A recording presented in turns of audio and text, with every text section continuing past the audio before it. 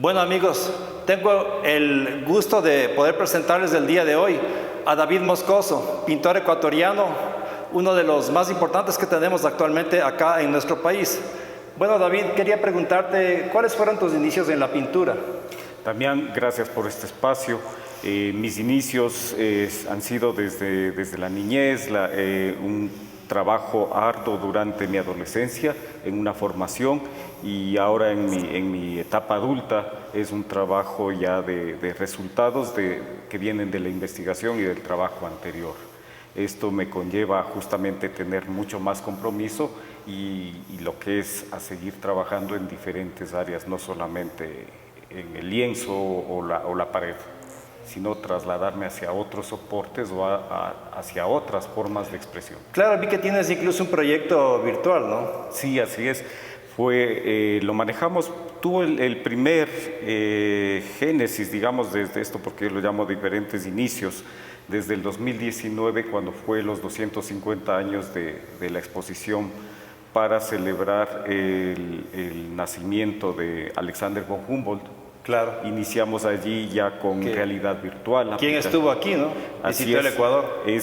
Realmente es el padre del paisajismo en todo el mundo y el que sentó las bases científicas de cómo entendemos el mundo actualmente.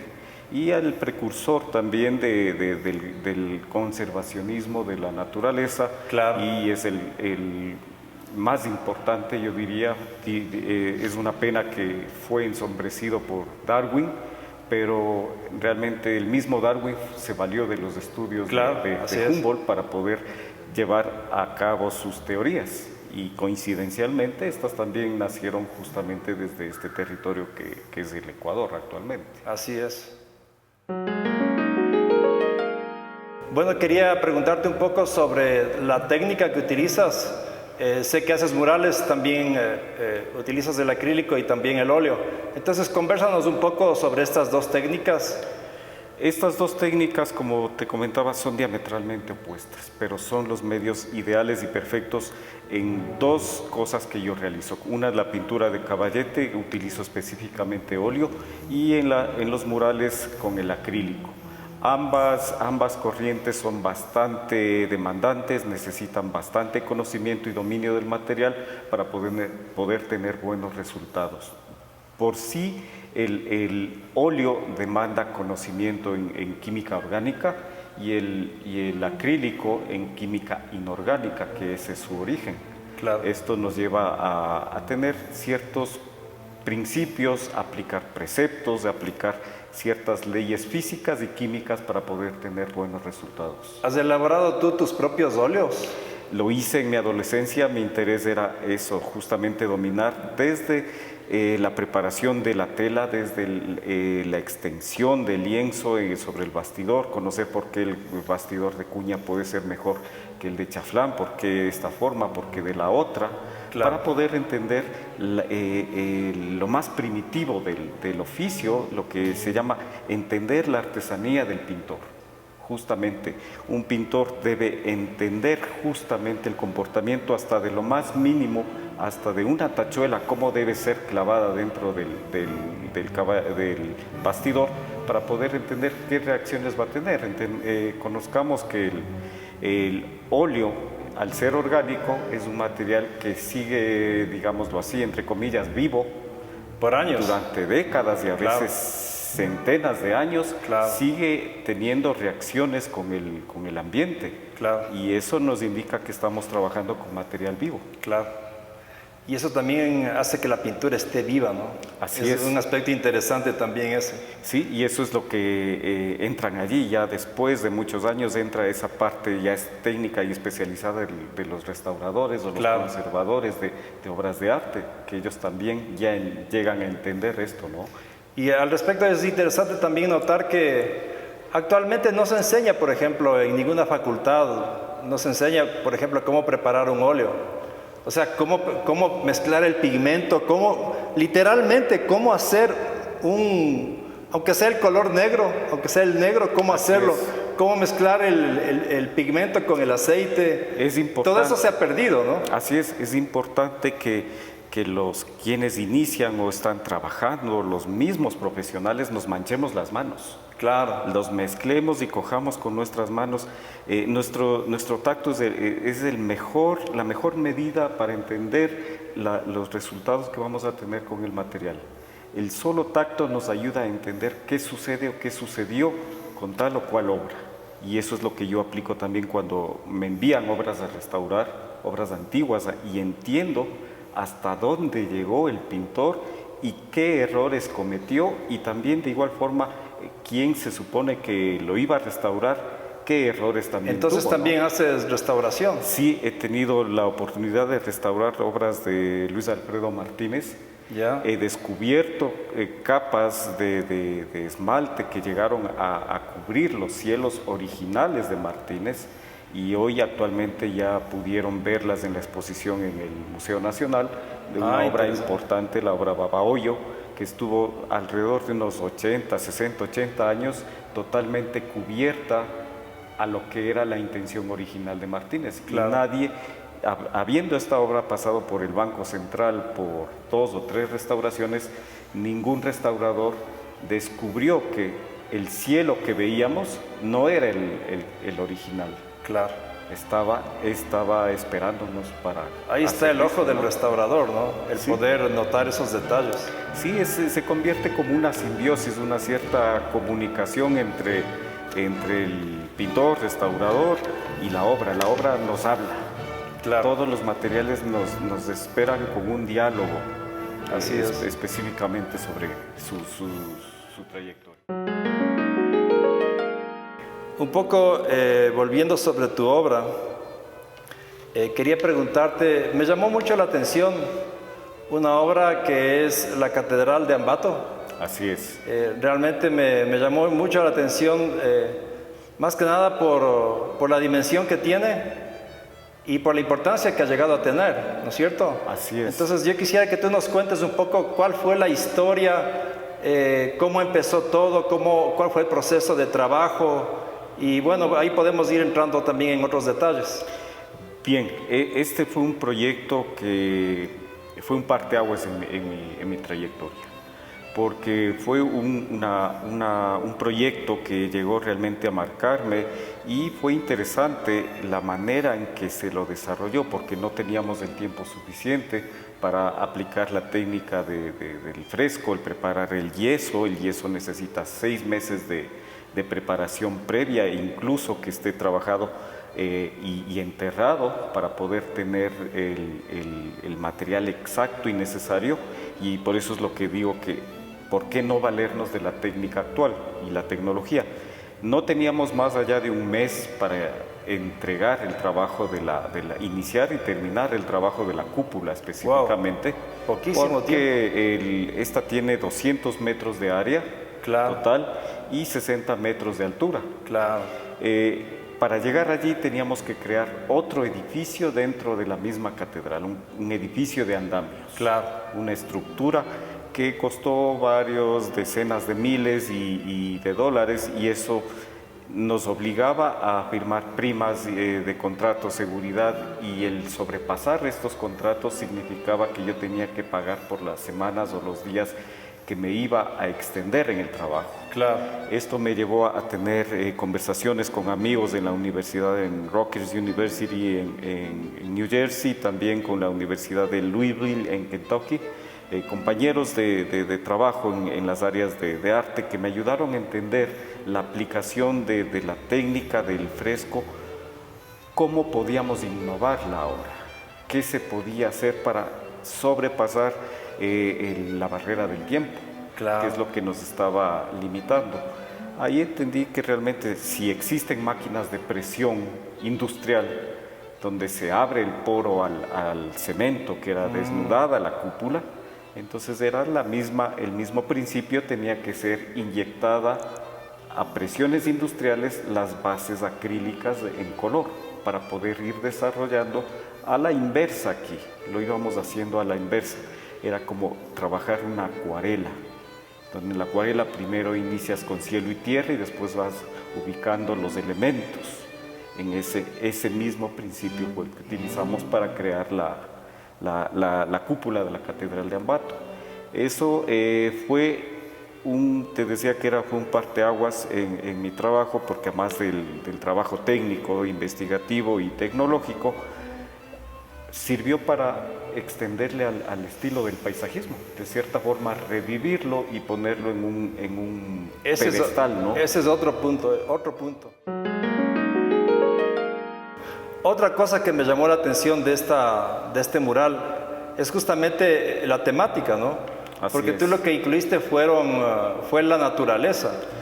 Cuando generalmente se incluye otras temáticas en un mural que va dentro de una catedral. Entonces, realmente me gustó mucho la idea porque en el romanticismo se concebía a la naturaleza como parte de lo divino, ¿no? O sea, lo divino estaba todo integrado. Y es por eso que los románticos se hacían viajes para escalar montañas y pintar y tenían todo este contacto, ¿no? Y tú retomas de eso en esta catedral. Justamente, Damián, el trabajo que se realizó ahí en la catedral tenía que romper esquemas.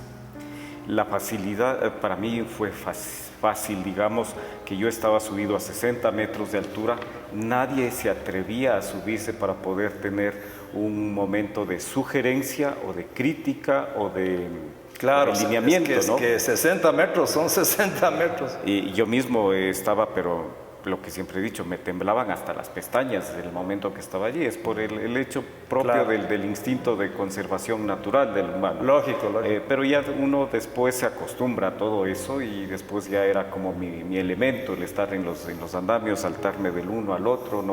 Nunca usé un arnés de seguridad porque me limitaba en los movimientos. Y como te contaba que el acrílico al secar entre 5 y 8 minutos, yo no podía estar atado a nada, tenía que saltar. Y no tuve tiempo tampoco de preparar ni buscar ayudantes, tuve que hacerlo solo.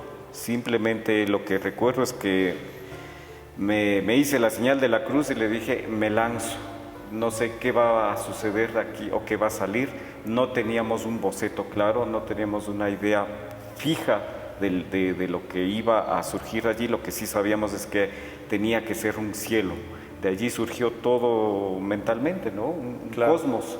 Eso es, y esto yo lo equiparo, digamos, con una parte, una expresión de lo que el mismo Alexander von Humboldt escribió en su libro Cosmos, ¿no? Era una cosmovisión andina lo que tenía que crearse y romper con siglos y centurias de lo que ha sido la religión específicamente, olvidarse de la parte espiritual, que eso realmente es lo que a mí me importaba, ¿no? Llegar a despertar la espiritualidad más que crear un dogma religioso o representarlo. Muy interesante, realmente el concepto es muy interesante. Otra cosa que te quería preguntar es lo siguiente. Estuve leyendo por ahí en un artículo que tienes la influencia de este pintor norteamericano, Frederick Church. No sé si tú estás de acuerdo con eso. Yo creo que, bueno, sí hay ciertas similitudes, ¿no? Pero, no sé, dime tú qué piensas al respecto. Definitivamente yo no oculto eso, yo no soy el inventor, digamos, del estilo del paisajismo en el mundo. Sí lo retomé desde los años 80, 90, cuando en las épocas aquellas en el Ecuador, hablar de paisajismo era hablar de nada, simplemente no existía en la visión ni el lenguaje de ningún crítico, de ningún salón de pintura. Eso no era, en cierta forma, no era arte, ¿no? Yo creo que incluso hasta hoy hay una cierta negación con este auge del arte, así llamado arte contemporáneo, ¿no? Así es, pero sin embargo, para llegar a tener un paisaje con las características que debe tener dentro del romanticismo, hay que dominar absolutamente todo, porque se tiene que pintar el aire. ¿Cómo pintas algo que no logras ver? Que sabes que está allí, pero no lo ves. No lo puedes palpar, no lo puedes oler, pero está allí.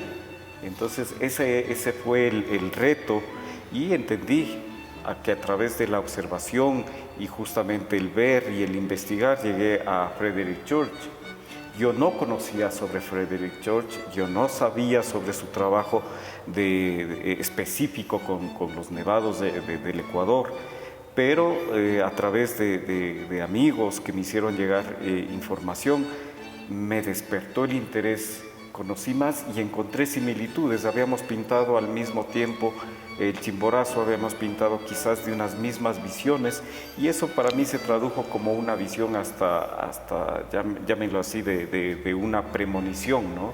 Era como una premonición, y entenderás que después, en el año 97 o 98, el armar un viaje literalmente personal, exploratorio, al Museo Metropolitano de Nueva York, a ver por mí mismo el corazón de los Andes, eso me motivó a abrirme todas las puertas. O sea, llegué a la sala específica del corazón de los Andes y verlo, entendí, ¿no?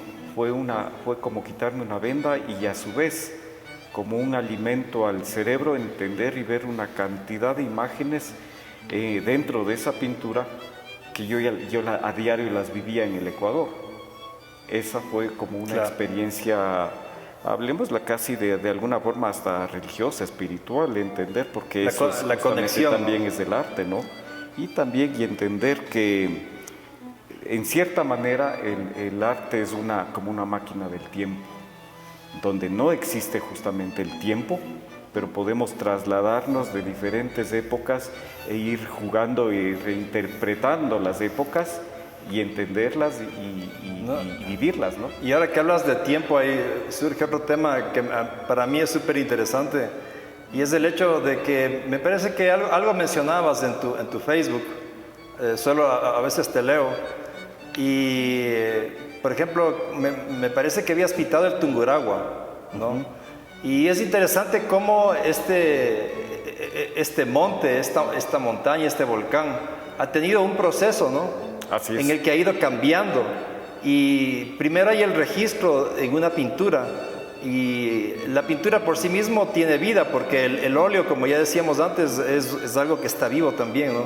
Pero al mismo tiempo también el propio monte, el propio volcán, va erupcionando, va cambiando, se va modificando. Y es como que hay esa conexión entre una cosa y otra, ¿no? Es interesante porque muy pocas veces un ser humano puede ver la evolución de la naturaleza o de la geografía tan drástico. Apenas lo vivimos desde el año 99, que inició el proceso eruptivo, hasta la actualidad, que son más de 20 años, que hemos logrado ver cómo este volcán, esta elevación, se ha podido desvelar y transfigurar frente a nosotros mismos. Y de esa forma yo creo que sí, hay una conexión cósmica del ser humano con la Tierra. Es natural, claro, es obvia y es necesaria. Y eso también se puede traducir en el comportamiento humano actual, ¿no? Que tiene que ver algo en este carácter a veces colérico de una sociedad, en una parte revolucionaria que viene traducida en diferentes formas de expresiones humanas, que no es solamente humano. Estamos conectados a la Tierra, entendamos un poco más la evolución de la Tierra y podremos entender también nuestras psiquis. Sí.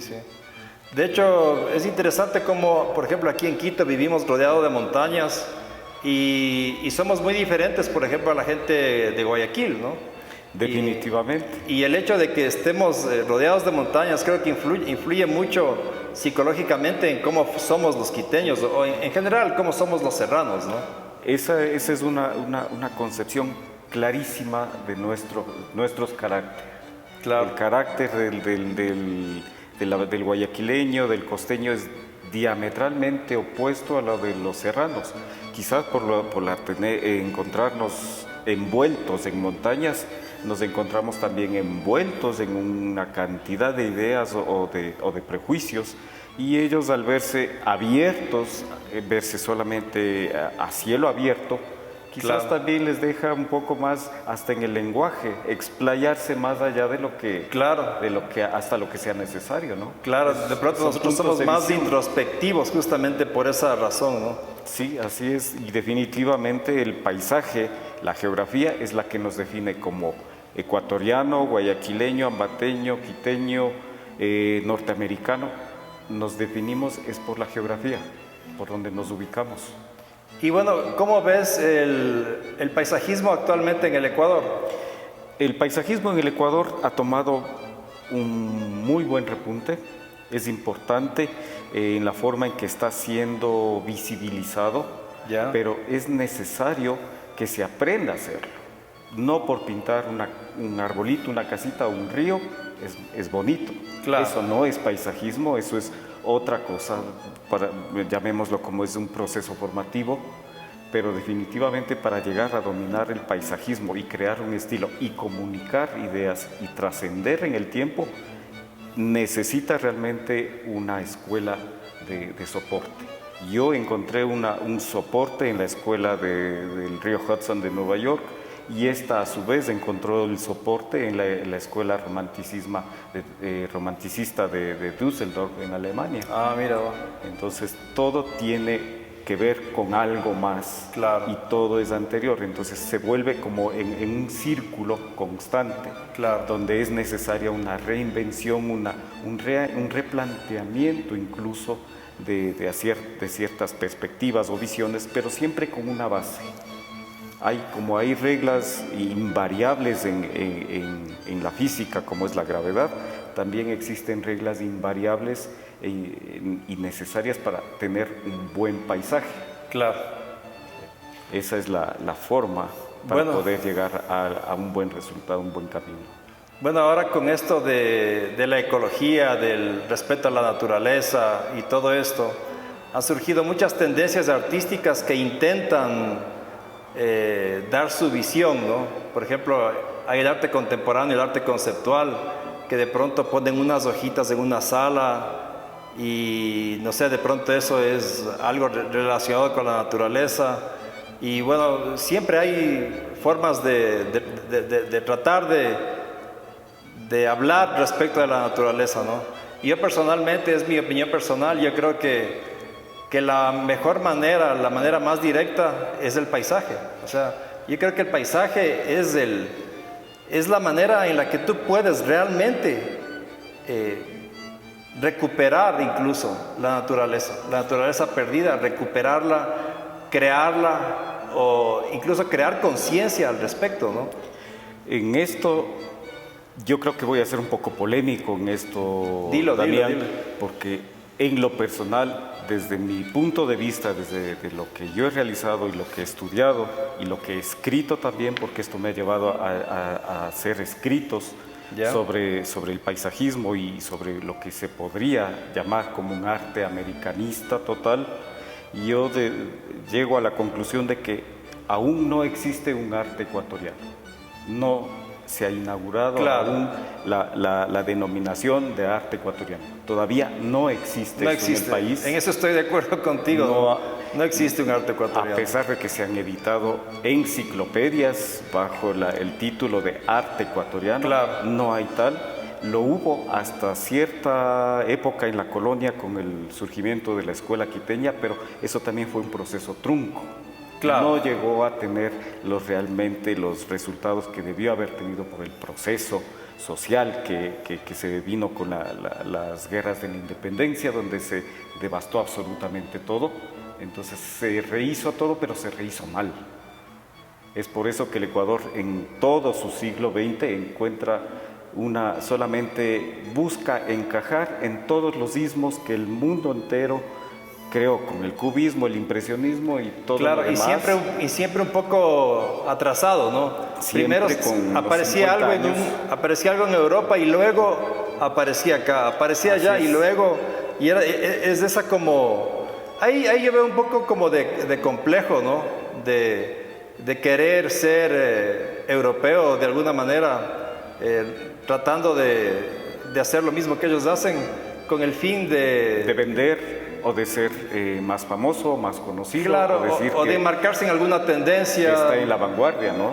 Claro, y no voy a decir que el arte tiene que surgir, o sea, el arte no puede surgir en un país, ¿no? Siempre va a tener referencias de todas partes, ¿no?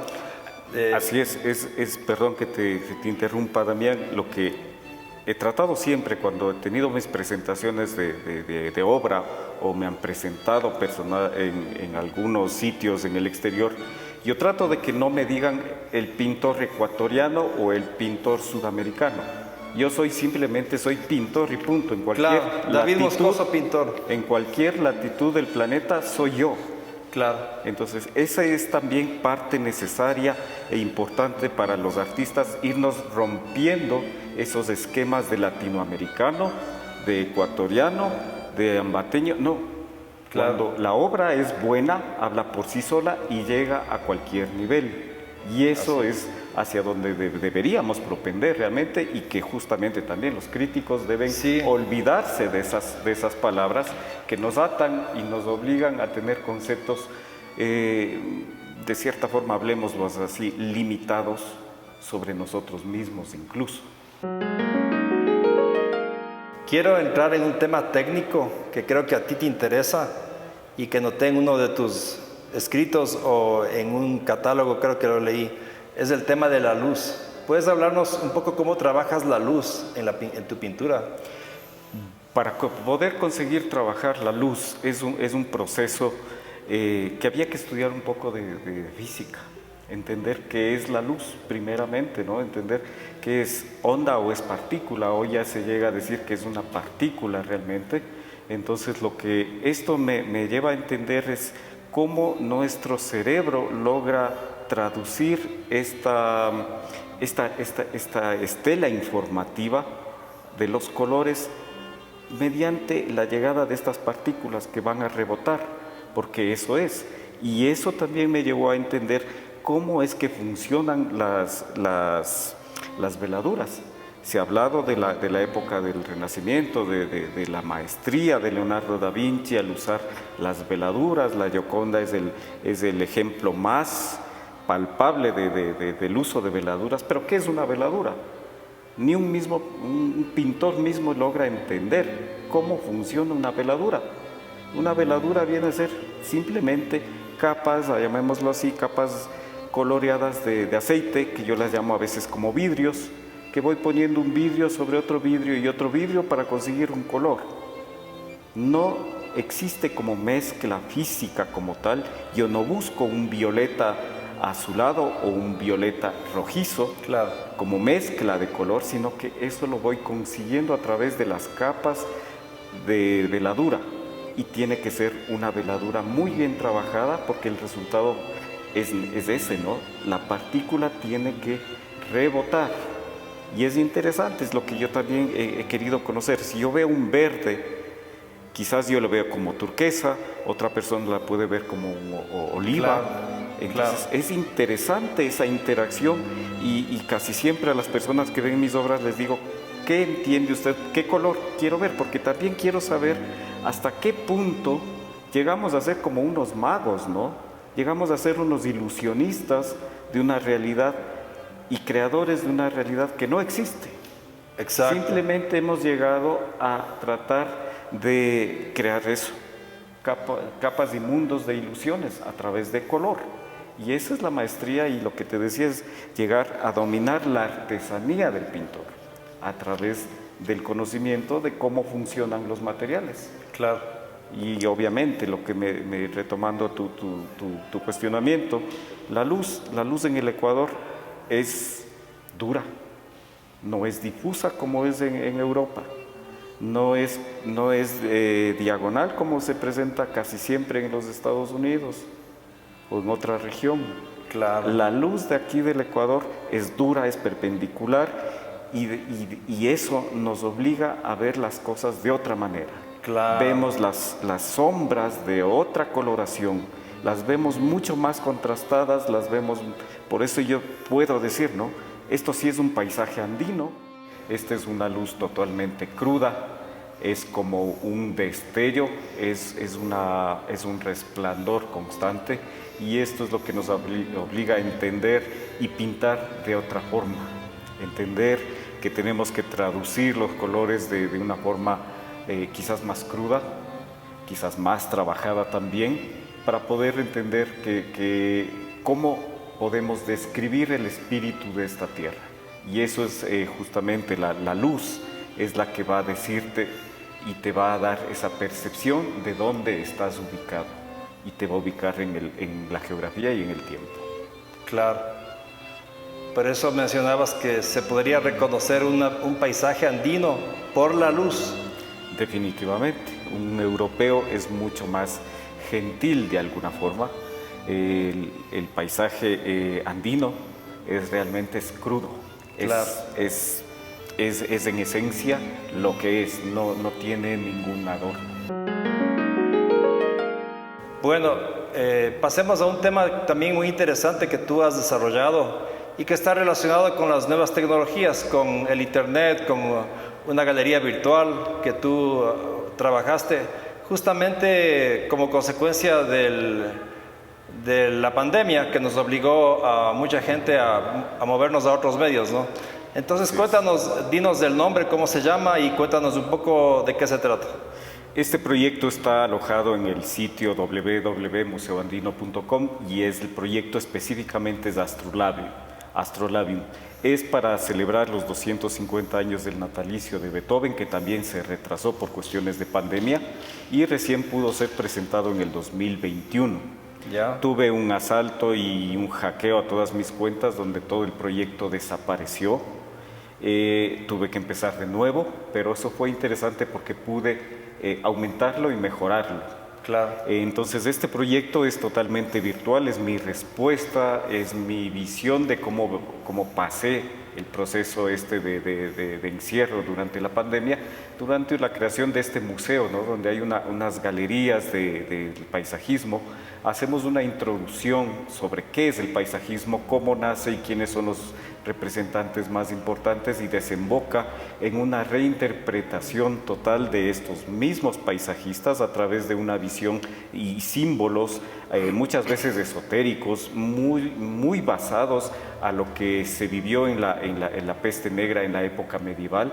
Entonces nos valemos de ese formato gráfico, de todas esas imágenes, para tener la analogía con la época actual y crearle de cierta forma, aunque no es la palabra, poder crear una poética dentro de toda esta tragedia, ¿no?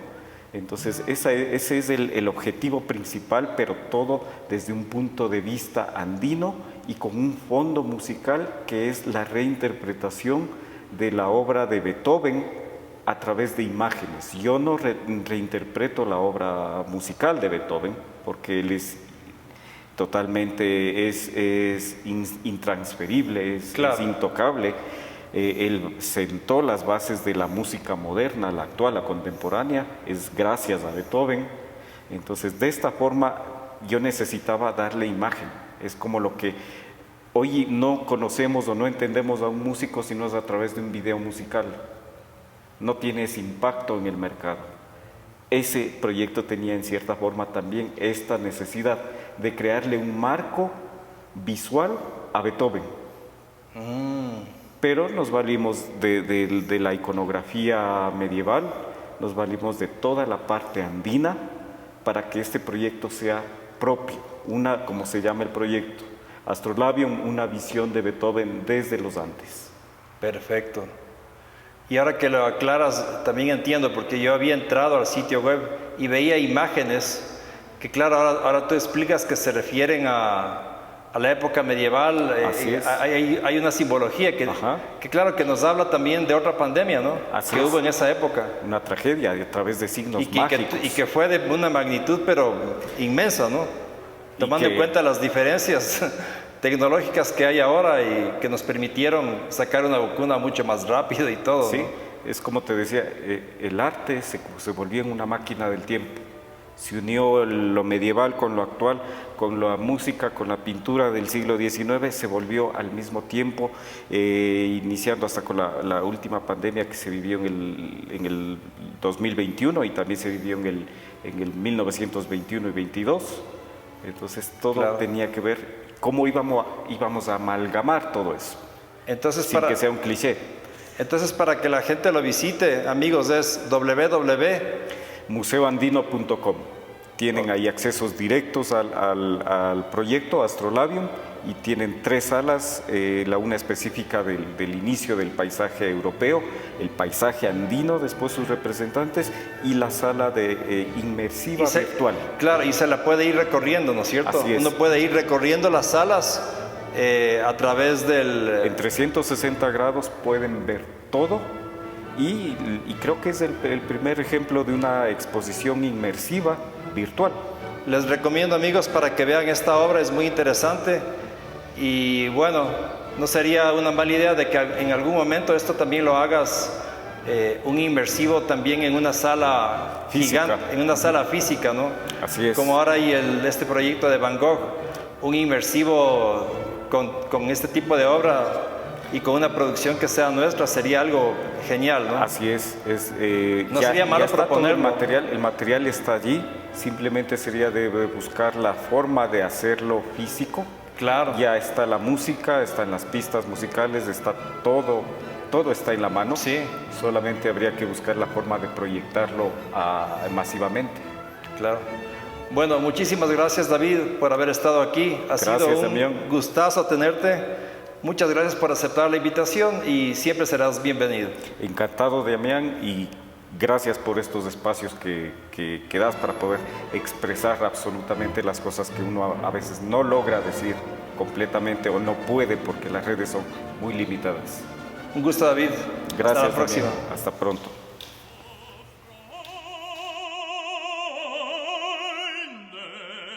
Nicht diese